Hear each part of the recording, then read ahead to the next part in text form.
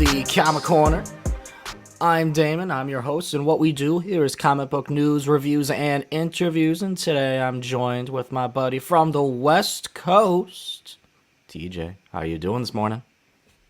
I am doing absolutely fantastic. Hello, everybody out there in the interwebs. It is so great to see you.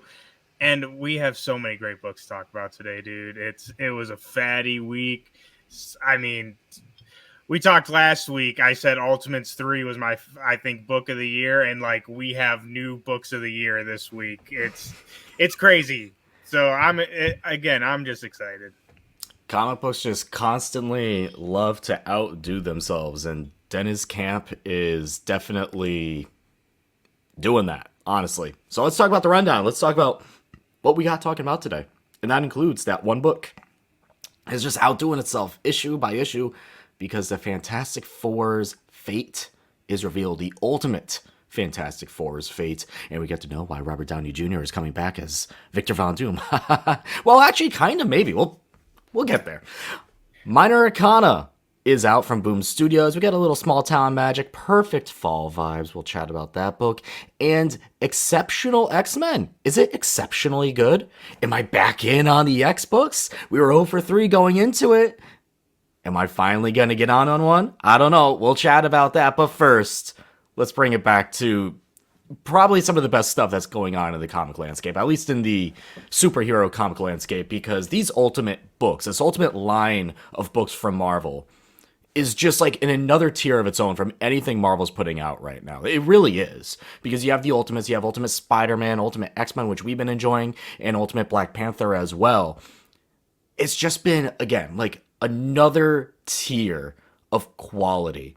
And when the Ultimates was announced, it was interesting because I'm like, well, let's see where this goes. And these last few issues have essentially been exploring and introducing ultimate versions of characters. But we go back to a character that was the first ultimate character we were essentially introduced to, which is Ultimate Doom. This universe's Doom, which we know is actually Reed Richards. So how did we get here is this issue. The Ultimates number 4 is in contention for the best issue of the year for me. And it's incredible that it's done that. The paneling of this issue is fantastic. The art in here is wonderful. And Dennis Camp's his storytelling method in here through 4 vertical panels that remain the same on each and every page, with the top panel being the very introduction of Reed and his past, to the second panel right below that being essentially how they got their powers. The third panel is him watching back that footage, the current version of Reed, who is Doom, watching back that footage.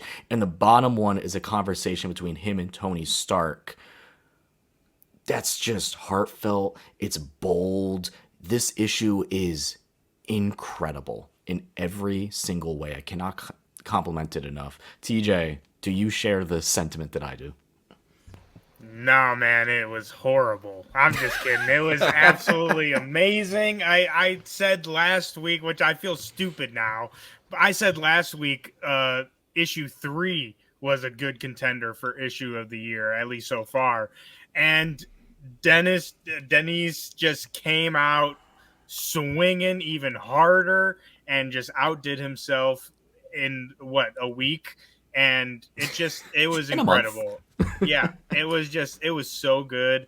I can't praise this book enough. I, again, just have to echo everything that you said. Something that I really love about this issue and just the series in general is that it seems that he's not afraid to like go there, right? Like he's not afraid to like toe that line, but it also never necessarily crosses into like, super violent or like very, too mature in my opinion. And this, like you said, this issue is just it's heartbreaking.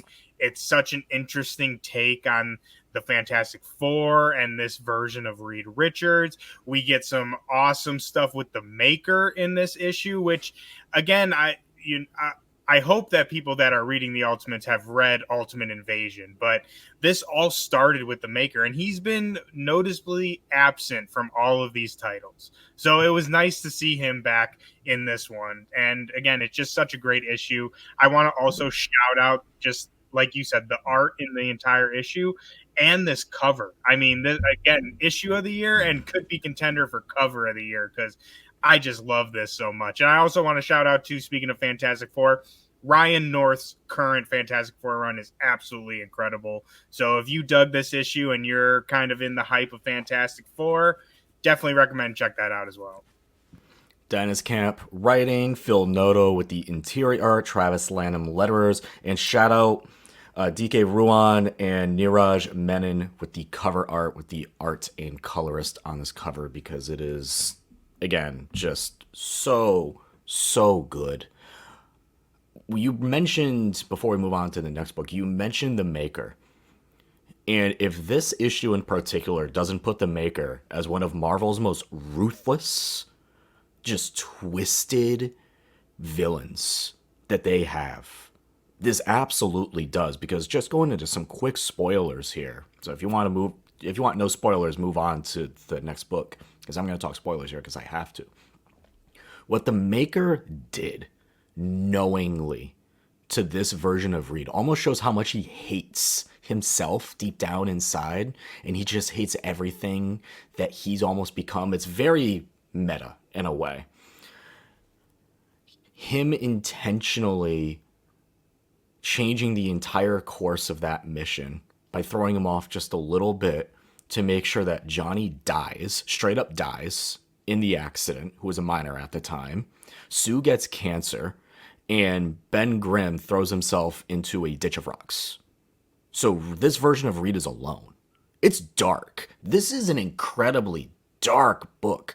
And then the experiments that the Maker did on Reed to make him into Doom, and what Doom means to, this version of Reed, right? It's not Victor Von Doom. It's Doom because everything he touches is doomed. Is just... And another layer to that. Sorry, I don't mean to cut you off. Yeah, no, what a way to tell that story. It's incredible, how he was able to perceive that. And I know we joked, and Dennis Camp has joked about the whole, this is how we could get RDJ as Doom. It's kind of a joke, and theoretically, you could in a way. It was obviously a joke.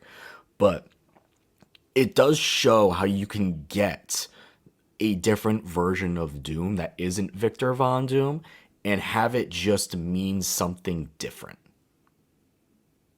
Agreed. And again, super creative take on the name Doom and explaining how Reed becomes Doom. And something I want to just add on to your same point, another aspect of it that I really loved with, like you said, the Fantastic Four end up dying, at least the rest of the members, is it ultimately, it kind of was Reed's fault. We see in those flashbacks, he kind of pushed everybody to go on this mission. We see that right before they leave, Sue is having doubts and doesn't really want to go.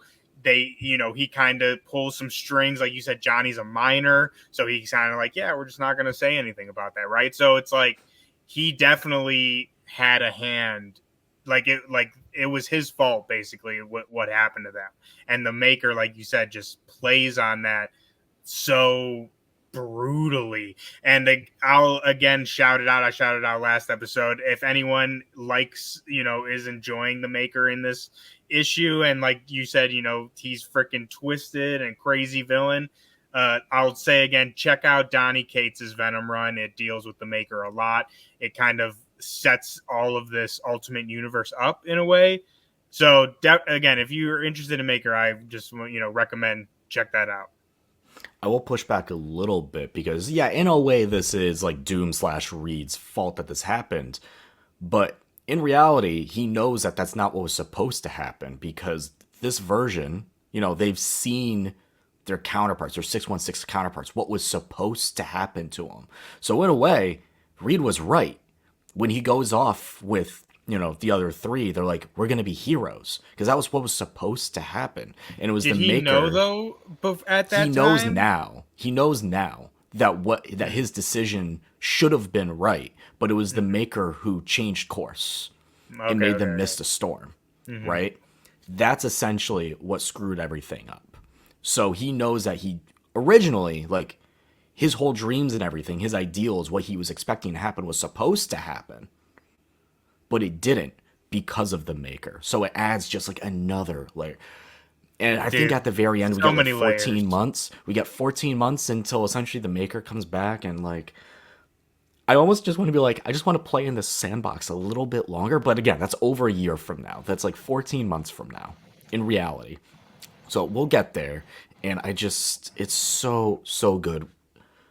10 out of 10. Again, I don't give 10 out of 10s very often. I'm very strict with a 10 out of 10 policy. I'll give things an 8, I'll give things a 9 because if I really enjoy it. But a 10 has to be special.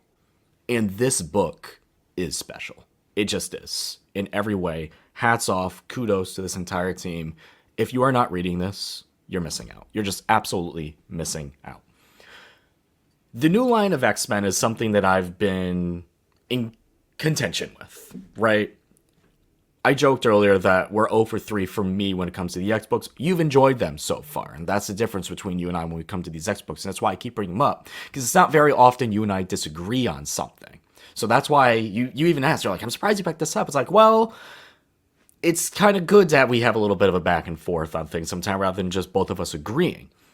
And when I heard about the concept of this first issue of Exceptional X-Men from Evel Ewing, it brought me back a little bit. I was like, okay, this is an idea that I'm back in on. Almost NYX, but I wasn't fully in on NYX just because the characters, everything about it was a little too young for me to like fully connect with. This has to deal with like a late 20s, early 30s Kitty Pryde with the fallout of Krakoa.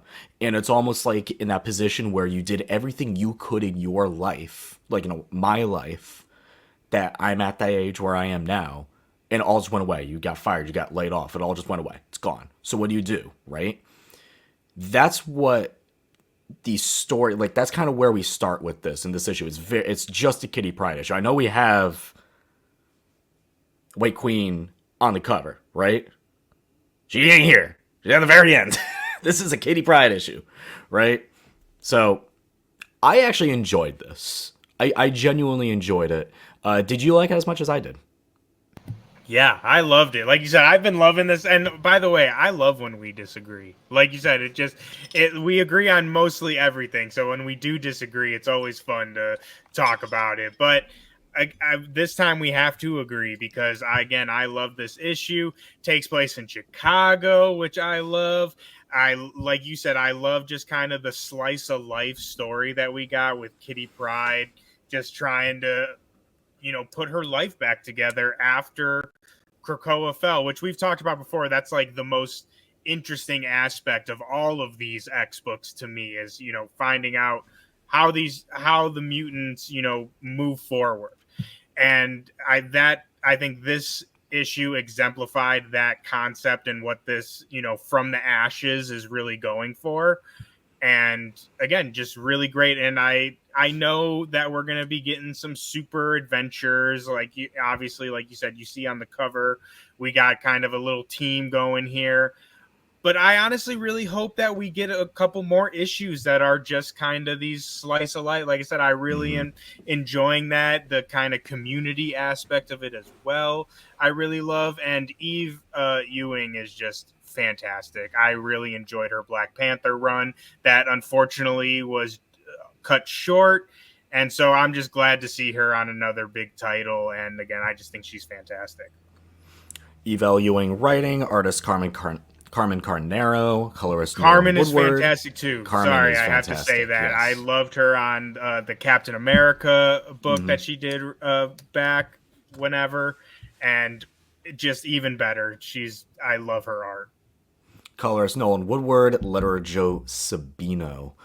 Yeah, I really enjoyed Carmen Carnero's art. That was another reason why I picked this up, is because I do enjoy Carmen's art, and I thought she drew Kitty Pryde very well.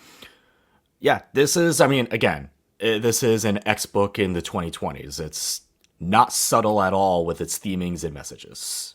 X books traditionally aren't. In the last 5, 6, 7 years, 8 years, 10 years, even less subtle, right?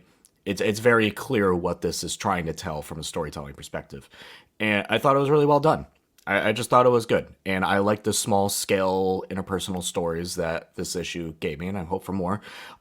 Did you see? And one thing I will say, I cannot stand this. I hate this so much. When you read this issue, did you have to scan for like the last page again? Can't stand that, man. Yeah, So annoying. I really don't like that either, but I have found that if you redeem the code in the It's book on the for the app. digital issue, it's automatically on that, like Well, that's in the good. back of the app. So that, I mean, that is nice, I guess. But yeah, I don't like the QR code thing. It is unnecessary. Which, at least how I understand it, I'm pretty sure the writers like can choose to have that or not. Like it's not like mandated. So I'm curious what this, I feel like it's an again, X book thing. I don't yeah, know. like I personally don't like it, but I would be curious to hear like what the kind of decision of that is. I guess it is like a nice little surprise, right? Like a little like post credit scene, if you would. Honestly, that's what it feels like. Like they're trying Sure. to translate the kind of post credit scene thing from the MCU into comics, but I don't think it works. Anyway, Iceman, Bobby Drake, coming to the fold. Thumbs up. That sounds fun. That all that just to be like, oh, there's Bobby. That was it. There's scan a code, go to a website. Oh, there's Bobby. He's coming. I didn't even He's see the on his last way. page, so now it's Oh, about there you go. Yeah, Bobby's coming. To Boom Studios, a book I was eagerly, highly anticipating from the second it was announced. This is Jeff Lemire's Minor Arcana. Steve Wands with letterer, Jeff Lemire writing and drawing this entire book. Man, if you want a book that is almost just perfect for the fall season, I cannot recommend this book enough because this is just Pumpkin Spice Latte, the comic book. I love it. The vibes here, we have Teresa, who's just an angry, very angry 20-something-year-old begrudgingly returning home to help her ailing mother, who is the town psychic, and everyone loves this town psychic, even though Teresa herself doesn't believe in anything that she's doing. She thinks it's all a sham. And turns out, plot twist, maybe there's some more to this magic stuff than she initially thought. And that's kind of the book so far. She's going around, she's going to be helping some of the town folk around and learning that there's more to all of this than she initially thought. For her first issue, I enjoy this. Jeff Lemire is very good at writing small town, character-driven stories. And he's very quickly fleshed out some characters in this first issue that I assume we'll be returning back to in the later issues themselves. But for first issue, I was like, okay, I get, who Teresa is. I get where she's coming from. I understand what this town is. And we have a little bit of a mystery now with these tarot cards that may have some weird stuff going on with them. Yeah, I enjoyed this issue. It piqued my interest. I don't know if it sold me by the end. Like, I definitely want to check out the second issue. I think that will kind of solidify how I feel about the book. But yeah, I enjoyed it. Like you said, it totally is like fall. I don't want to say spooky time because I feel like I don't really know if it's spooky yet. Like There's there's a little bit of definitely spooky. yeah, there's a little spook for sure, but I don't know if it's like gonna go fully there, right? Again, that's why I'm definitely gonna read the second issue, see how I feel about it. But yeah, you were talking about 8 out of 10s. I sit on an 8 out of 10 about this. Piqued my interest, interested me, but didn't completely sell me. I really enjoy Jeff Lemire's stories. I'm still sold on the fact that he called this an ode to Vertigo comics of his youth. If anyone's ever read Black Hammer, that is a nod to superhero comics, and it is utterly fantastic. Absolutely go check that out. So I'm giving this a lot of leeway as well because of that, because I know Jeff Lemire is very good with these long form storytellings. And the second, again, he said ode to Vertigo. I'm in. I'm in just on that alone because that's a whole world, a whole magical, mystical, interesting world that I haven't seen. Jeff touched upon that a little bit in Black Hammer, but this is just, a different realm of it. So I really enjoyed this. I think his art style for this book works as well. He has a very distinct, unique art style, and it just fits. It just fits very well. So again, I do think, like you mentioned, if this doesn't sell you by the first, definitely give the second issue a try because, these are comic books. These aren't just one issue stories that tell a singular story. It's called, this first saga, this first arc is called The Beginning for a reason. This is the beginning of the story. Incredible Hulk.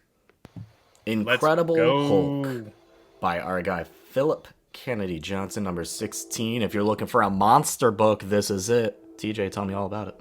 Speaking of spooky season, dude, perfect book for spooky season. I've talked about this book almost at exhaustion at this point. I've said multiple times it's one of my favorite, if not my favorite, Marvel book on the stands right now.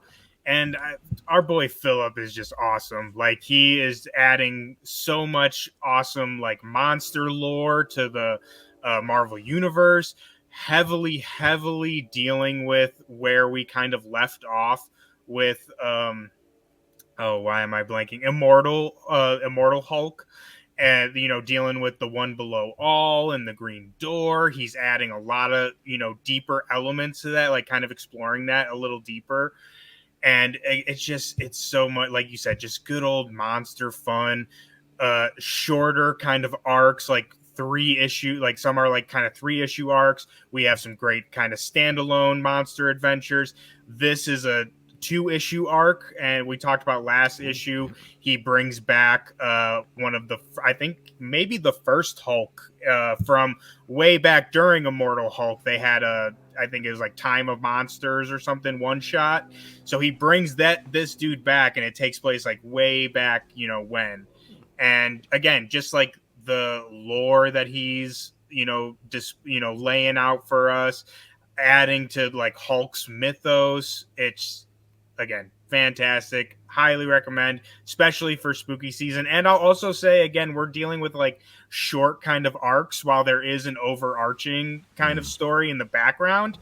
I think that this book is very new reader friendly. Like, if you haven't been reading it, I think you would be able to pick up, the most recent issue and be able to follow along just fine. I mean, I'm all in favor of shorter arcs. We mentioned it before, how one of my favorite things about the Doctor Strange run is when you have 2-issue arcs, and you're able to just tell a shorter story, right? And sometimes you just be a little snappier. It just works. And I think more writers, more publishers, more comic people should bring back the 2-issue arc, just because you don't see it too much. A lot of books now like a 6-issue arc, and those can still be great because they work perfectly for trades. I totally understand. It works perfectly for trades because it's more of like a season of television, if you will. But 2-issue arcs, when you're reading it on a month-to-month basis, it just works better. It just works really well. And I think if you do it too much, there's always too much of anything can be a bad thing. But we don't see enough of it. So I'm all in favor for that. Of course, we mentioned Philip Kennedy Johnson, with writer-artist Danny Earls, colorist Matt Wilson, and D. Cuniff. That's Incredible Hulk. Gotta check it out. Another book you have to check out if you haven't already. I mean, we're approaching the end of this at this point. This is Absolute Power number 3. Mark Waid, Dan Mora. Golly, this event is eventing. And I know, like, I think it was the last issue. I was like, wow, that was a lot happened. What I will give absolute credit for, pun intended, to Mark Waid and the whole editorial team on this, and something I criticized the Blood Hunt event for, was because so much, that was a long event. And I think you agreed with me. That was a long event. And in my opinion, too many important things happened in tie-ins. Right? You couldn't just sit down and read the main Blood Hunt story because too many important reveals happened in the tie-ins that all of a sudden was like, and it's here. And you're like, okay. In this, agreed. I mentioned it last episode where we talked about the second issue, and even last episode because I believe AF brought this up. And I almost joked about it a little bit where it's like we had like a page, almost like a 2-page spread of Nightwing be like, and you're doing this and you're tying, and you're doing this and you're tying, and you're doing this. I actually really appreciate that now. I really do appreciate that now because now I could just read this, and then like I'm also reading Superman on the side, so I know what's going on in that book. But now it's like, oh, that's what Wonder Woman's doing in her tie-in right now. Cool. And it ties in here. And Dick's literally for like a page or two, he's like, and you're doing this, and you're doing this, and thank you for doing this because now we know this. Again, information that isn't just, and you learn this in this issue, and it's implied. It's implied you learn that in their tie-ins. but it's just so well done, in my opinion, from a continuity perspective. I'm able to just read this and not be like, what's going on? It feels like we're knee jerking all over the place. And there is a little bit of knee jerking in this issue, just a little bit, but enough, not too much to where I'm totally lost. And you get some great moments in here. Dan Mora's art is 10 out of 10 on its own. Phenomenal, phenomenal art. There's a great moment between Aquaman and, oh man, I can't even remember the character's name. I'm going to be honest. They'll come back to me. But Aquaman kind of sits down and we do the whole, like, because all the heroes lost their power and we have a hero who kind of has, like, a nothing power to him.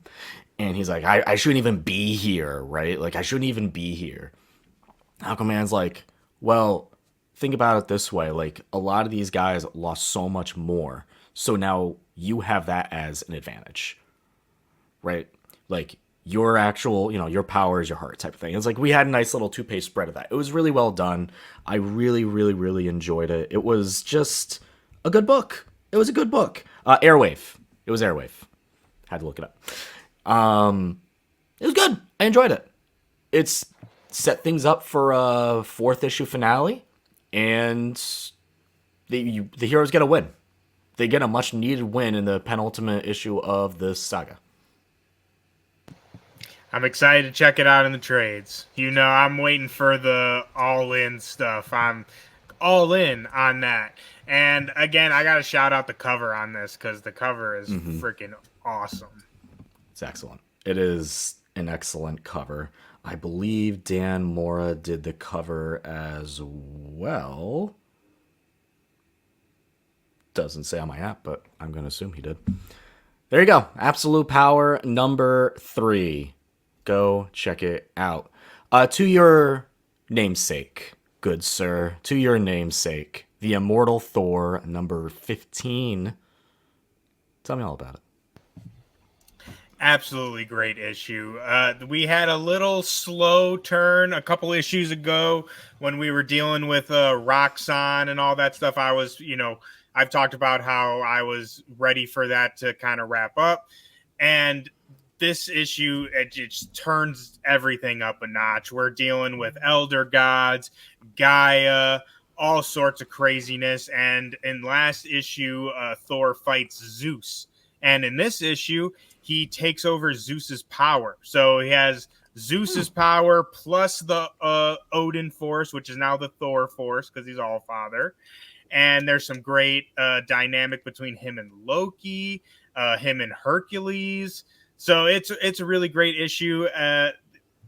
Al Ewing brings back the Roxxon stuff, which I just mentioned. I was kind of ready for that arc to end, but I think the way he's bringing it back, like tying it all together, I really, really like. And it honestly makes me look back on that arc a little bit more fondly now that I'm seeing how he's, wrapping it up together, which again goes back to my point. Let the writers cook, right? Especially if it's a run or a character you really enjoy. Again, I always say, try and stick it out at least a couple issues, usually turns around. And again, just fantastic. Obviously, I go by Fat Thor. I'm a huge Thor guy.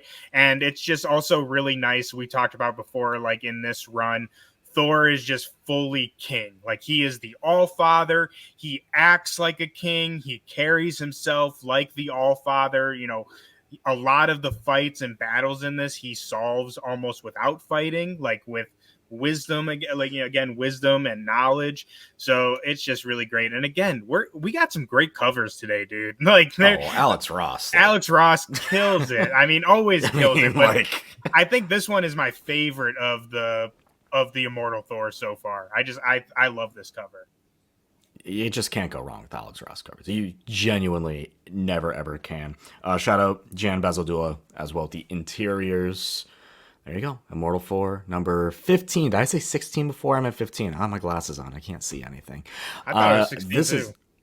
This is a 5. I can tell you that at least. This is number 5. Uncanny Valley. Tony Fleeks. David Wachter. This is a fun book.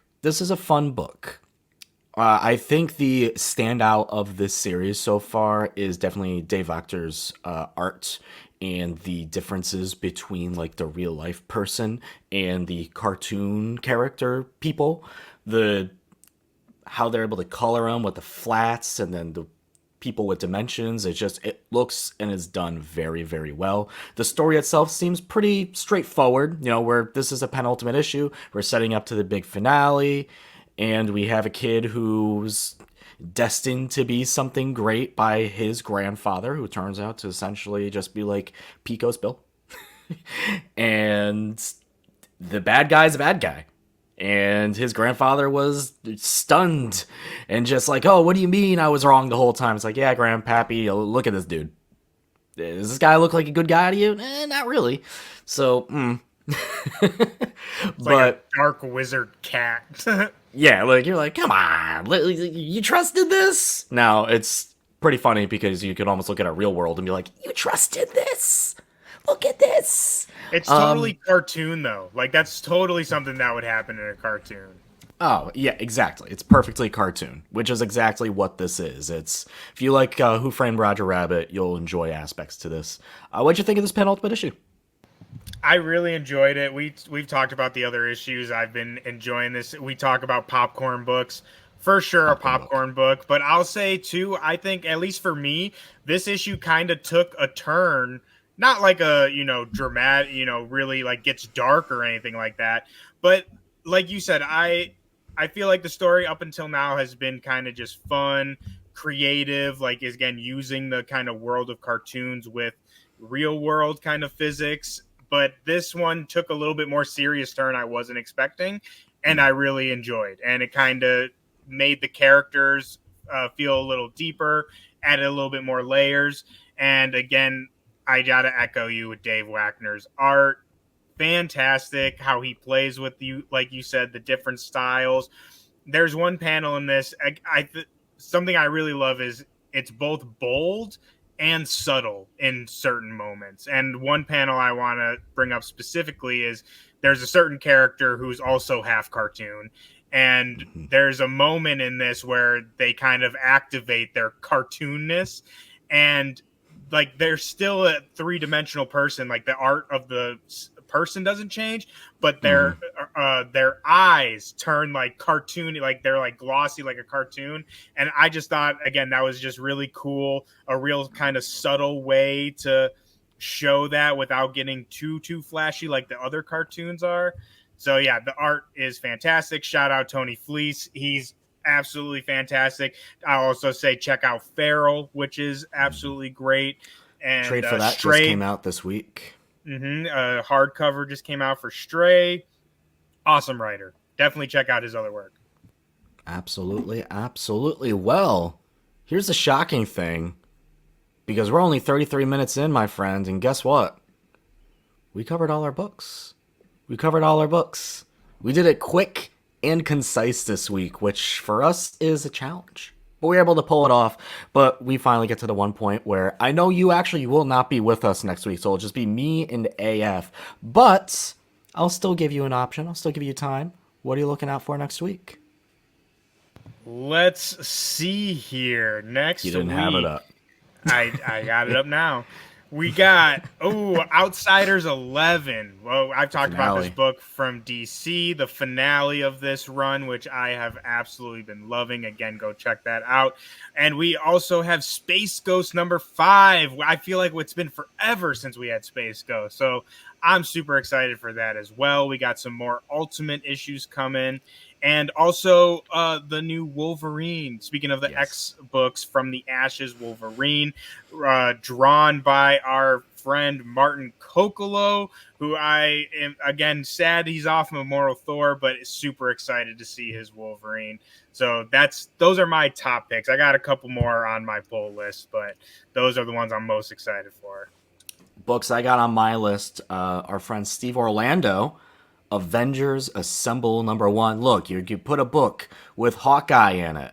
I'm gonna buy the book. I'm excited for it. Hawkeye's back on the Avengers again, even if it is for a limited series. I'm all in. Hey, if it sells well enough too, who knows? Maybe it'll be more than a limited. I'm looking forward to that one. 2 good books from Boom Studios coming out next week as well. Profane, we've really been enjoying, and I have a theory on that, which I'll get to after I say Red Before Black #2 is also out next week. Really enjoyed that first issue. But back to Profane, because I think we talked about something off pod.